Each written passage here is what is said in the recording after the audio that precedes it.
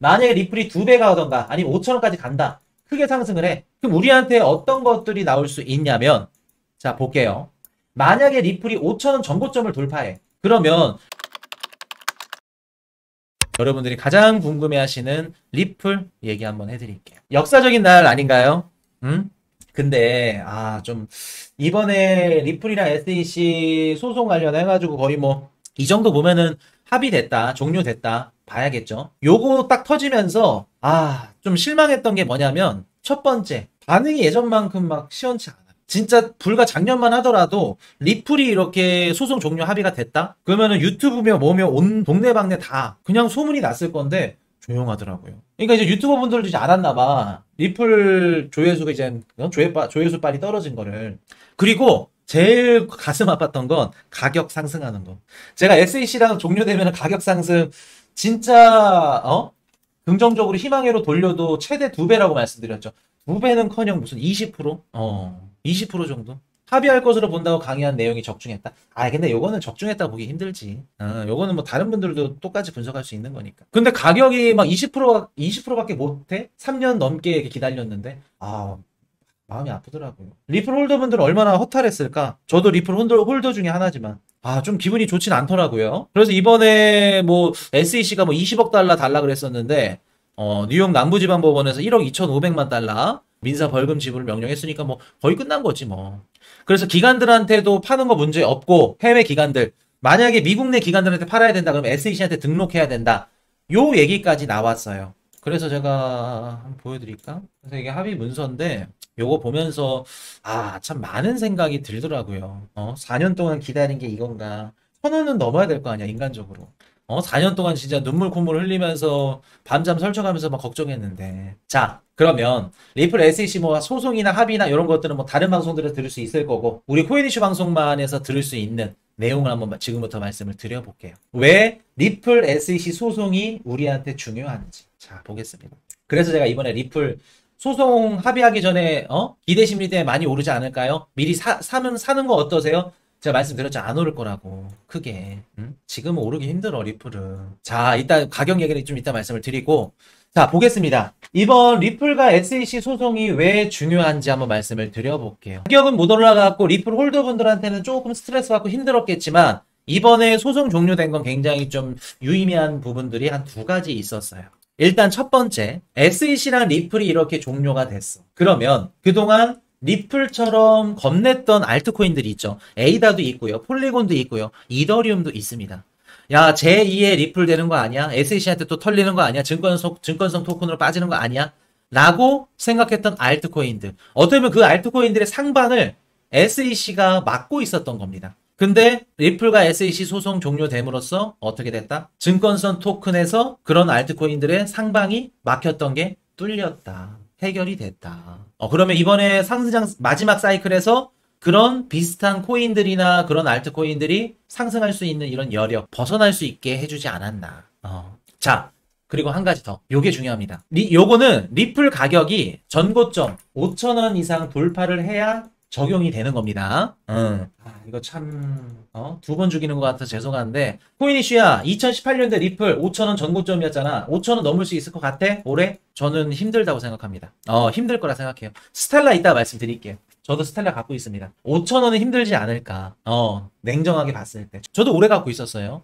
이미 올해 시장 섹터가 바뀌었습니다. 지금 시장에서 바라보고 있고, 관심 받고 있고, 무슨 코인들을 좋아하는지 여러분들이 더 잘 아시죠. 이더리움 현물 ETF 지금 관심 쏠려 있죠.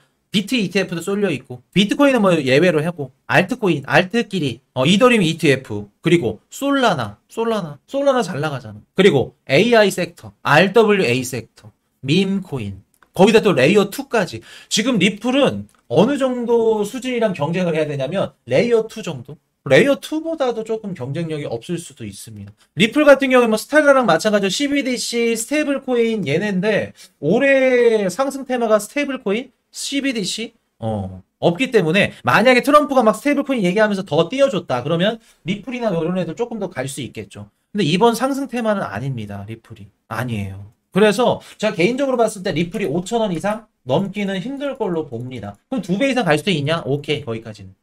시총 33조라고? 33조에서 5천원 갈라 그러면 이거 얼마야? 말도 안 되지. 전고점 갱신은 힘들겠지만 한 2배 정도는 그래도 기대해 볼 만하지 않을까. 자, 그럼 볼게요. 2배가 됐던 5천원이 됐던 리플 가격이 많이 올라가면 올라갈수록 우리한테 어떤 효과가 있을 수 있을까?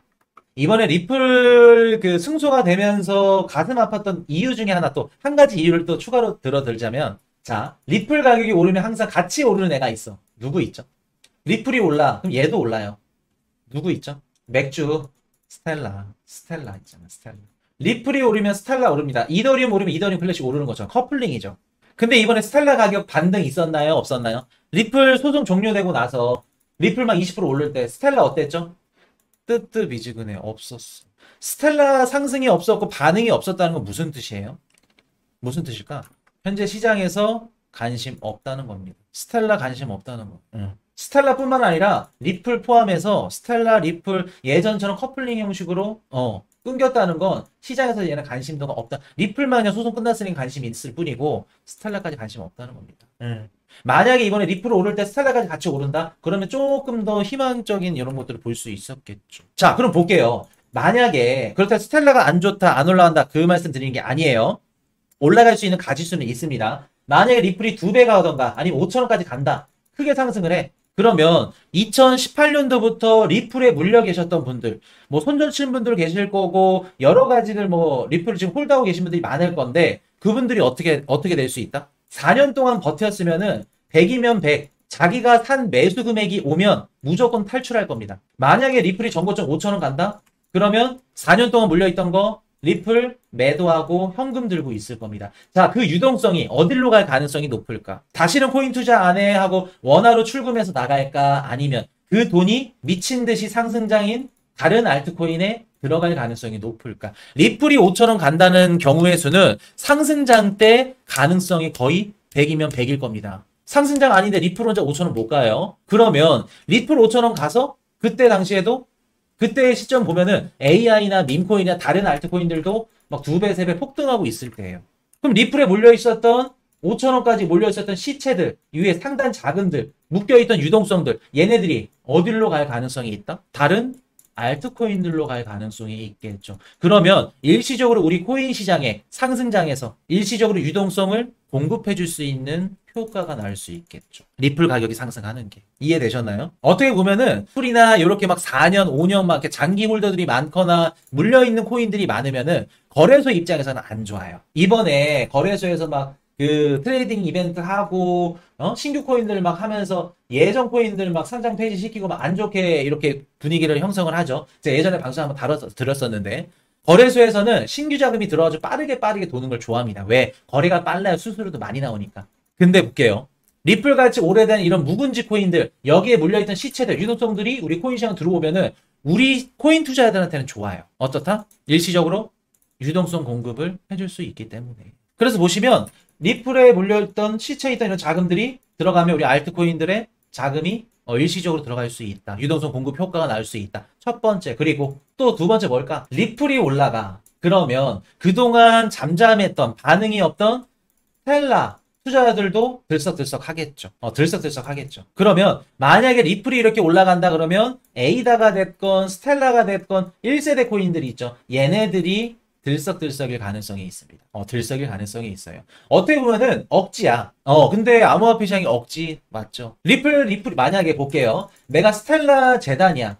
아니면 스텔라를 담당하는 MM, 마킹 메이킹 기업이야. 이번 상승장에 스텔라 가격을 올려야 돼. 그럼 언제 올리는 게 가장 저렴한 가격으로 올릴 수 있을까? 작은 돈으로 가장 크게 올릴 수 있어. 언제 올리는 게 좋을까? 당연히 CBDC 아니면 스테이블 코인 이런 기사들이 나올 때, 아니면 리플 가격이 올라갈 때. 자연스럽게 스텔라 가격도 올라가네. 아, 맞다. 커플링이었지. 그럼 스텔라 재단이 됐던 MM 기업이 됐던 가격을 띄워 올리려면 가장 싸게 올리는 구간이 시점이 언제 될 거다? 리플 올라갈 때. 그럼 리플도 올라가면 스텔라도 올라갈 가능성이 있다는 겁니다. 이해되셨어요? 그렇기 때문에 리플 가격이 뭐 2배든 전고점 5천원이든 올라가는 게 중요하다. 우리 암호화폐 시장의 알트코인들 유동성을 일시적으로 공급하는 이런 효과가 나올 수도 있고, 그리고 스텔라나 이런 1세대 이런 알트코인들 얘네들이 살 수 있는 어떻게 보면 해결 방안이 될 수도 있겠죠.